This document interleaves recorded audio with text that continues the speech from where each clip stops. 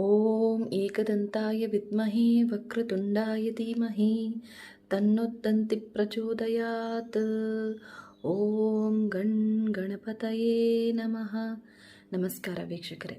ವೃಷಭ ರಾಶಿಯವರಿಗೆ ಆಗಸ್ಟ್ 2ರಿಂದ 8ನೇ ತಾರೀಕುವರೆಗೂ ವಾರ ಭವಿಷ್ಯ ಹೇಗಿದೆ ಅಂತ ನೋಡೋಣ. ನೀವೇನಾದರೂ ನಮ್ಮ ಚಾನಲ್ನ ಸಬ್ಸ್ಕ್ರೈಬ್ ಮಾಡದೆ ನೋಡ್ತಾ ಇದ್ರೆ ದಯವಿಟ್ಟು ಸಬ್ಸ್ಕ್ರೈಬ್ ಮಾಡ್ಕೊಂಡು ನೋಡಿ.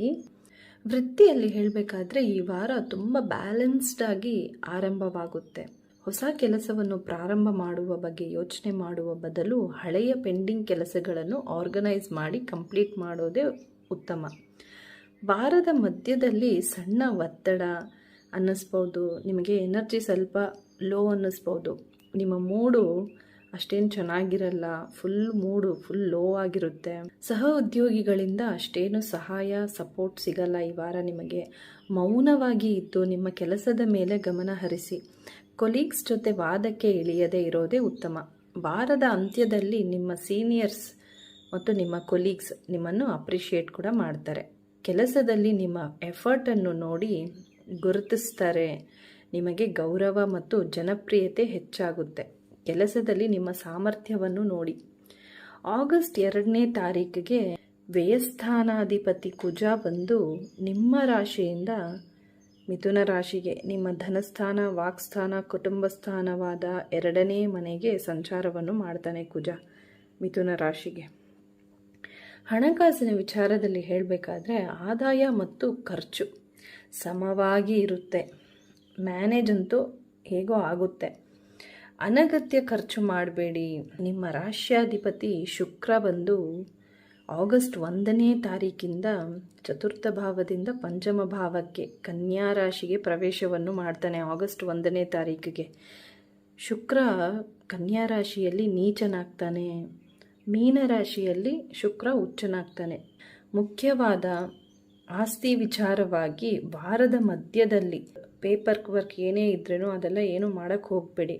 ಫ್ಯಾಮಿಲಿಯ ಜೊತೆ ಬಜೆಟ್ ವಿಚಾರ ಅಂದರೆ ಹಣಕಾಸಿನ ವಿಚಾರವಾಗಿ ಡಿಸ್ಕಷನ್ ಏನಾದರೂ ನಡೀತಾ ಇದ್ರೇನೋ ನೀವು ಕಠಿಣವಾದ ಪದಗಳನ್ನು ಬಳಕೆಯನ್ನು ಮಾಡೋಕ್ಕೆ ಹೋಗಬಾರ್ದು. ರಫಾಗಿ ಮಾತಾಡಬೇಡಿ, ಕಾಮಾಗಿ ಡಿಸ್ಕಷನ್ ಮಾಡ್ಕೊಳ್ಳಿ. ಆರೋಗ್ಯದ ವಿಚಾರ ಹೇಳಬೇಕಾದ್ರೆ ತುಂಬಾ ಟಯರ್ಡ್, ಅಂದರೆ ಕೆಲಸದ ಒತ್ತಡದಿಂದ ತುಂಬ ಟಯರ್ಡ್ ಅನ್ನಿಸ್ಬೋದು. ಮನೆಯ ಜವಾಬ್ದಾರಿಗಳ ಜೊತೆ ಹೊರಗಡೆ ಕೆಲಸವನ್ನು ಮ್ಯಾನೇಜ್ ಮಾಡೋದ್ರಿಂದ ಫುಲ್ ಆಯಾಸ ಅನ್ನಿಸ್ಬೋದು. ನಿದ್ದೆಗೆ ಆದ್ಯತೆಯನ್ನು ನೀವು ಕೊಡಲೇಬೇಕು. ಜೀರ್ಣಕ್ರಿಯೆಗೆ ಸಂಬಂಧಿಸಿದ ಸಮಸ್ಯೆಗೆ ನೀವು ಗಮನ ವಹಿಸಬೇಕು.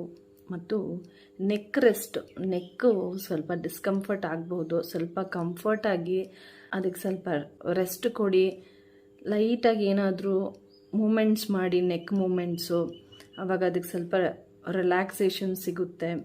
ಸಿಂಪಲ್ ಆಹಾರವನ್ನು ನೀವು ಸೇವನೆ ಮಾಡಬೇಕು. ಮನೆಯಲ್ಲಿ ತಯಾರಿಸಿದ ಊಟವನ್ನು ಸೇವನೆ ಮಾಡಿ. ರಜೆ ದಿನ ಅಂತೂ ಫುಲ್ ರೆಸ್ಟ್ ತೊಗೊಳ್ಳಿ. ನಿಮ್ಮ ಎನರ್ಜಿ ಫುಲ್ ಲೋ ಇರುತ್ತೆ. ರೆಸ್ಟ್ ತೊಗೊಳ್ಳೋದ್ರಿಂದ ಸ್ವಲ್ಪ ಫ್ರೆಶ್ ಫೀಲ್ ಅನ್ನಿಸ್ಬೋದು. ವಿದ್ಯಾರ್ಥಿಗಳಿಗೆ ಹೇಳಬೇಕಾದ್ರೆ ವಾರದ ಆರಂಭದಲ್ಲಿ ತುಂಬಾ ಚೆನ್ನಾಗಿದೆ. ಸ್ಟಡಿ ಸ್ಕೆಡ್ಯೂಲ್ನ ಪ್ಲ್ಯಾನಿಂಗ್ ಮಾಡ್ಕೋಬೋದು ಮತ್ತು ಕಷ್ಟಕರವಾದ ಸಬ್ಜೆಕ್ಟ್ ಕೂಡ ಓದೋಕ್ಕೆ ಈಸಿ ಇರುತ್ತೆ. ಆದರೆ ವಾರದ ಮಧ್ಯದಲ್ಲಿ ಓದಿನಲ್ಲಿ ಗಮನದ ಕೊರತೆ ಇರುತ್ತೆ. ಸಣ್ಣ ಪುಟ್ಟ ಆತಂಕ, ಏನೋ ಒಂಥರ ಪ್ರೆಷರ್ ಅನ್ನಿಸ್ಬೋದು. ಓದಿನಲ್ಲಿ ಗಮನ ಹರಿಸಲು ಕಷ್ಟವಾಗಬಹುದು. ಮತ್ತು ಈ ಸಮಯದಲ್ಲಿ ಕ್ಲಾಸ್ಮೇಟ್ಸ್ ಜೊತೆ ಕೂಡ ಗಲಾಟೆ ಮಾಡೋಕ್ಕೆ ಹೋಗಬೇಡಿ ಅಥವಾ ವಾದ ಮಾಡ್ಕೊಳ್ಳೋಕೆ ಹೋಗಬೇಡಿ. ಶಾಂತವಾಗಿರಿ. ವಾರದ ಅಂತ್ಯದಲ್ಲಿ ಚೆನ್ನಾಗಿದೆ. ವಿದ್ಯಾರ್ಥಿಗಳಿಗೆ ಫುಲ್ ಕ್ಲಿಯರಾಗಿ ಅಂಡರ್ಸ್ಟ್ಯಾಂಡ್ ಮಾಡ್ಕೊತಾರೆ ಸಬ್ಜೆಕ್ಟ್ಸ್ಗಳನ್ನು. ಮತ್ತು ಎಲ್ಲ ಹೋಮ್ವರ್ಕ್ ಇರಲಿ ಅಥವಾ ಅಸೈನ್ಮೆಂಟ್ಗಳಿರಲಿ ಎಲ್ಲ ಕಂಪ್ಲೀಟ್ ಮಾಡಿ ಟೀಚರ್ಸ್ ಹತ್ರ ಹೊಗಳಿಕೆ ಸಿಗುತ್ತೆ ನಿಮಗೆ. ವಿದ್ಯಾರ್ಥಿಯರು ಗಣೇಶನಿಗೆ ಪ್ರಾರ್ಥನೆ ಮಾಡಿ, ಅದರಿಂದ ನಿಮಗೆ ಇಂಟೆಲಿಜೆನ್ಸ್ ಇಂಪ್ರೂವ್ ಆಗುತ್ತೆ. ಓದಿನಲ್ಲಿ ಅಡೆತಡೆಗಳನ್ನೆಲ್ಲ ದೂರ ಮಾಡುತ್ತೆ.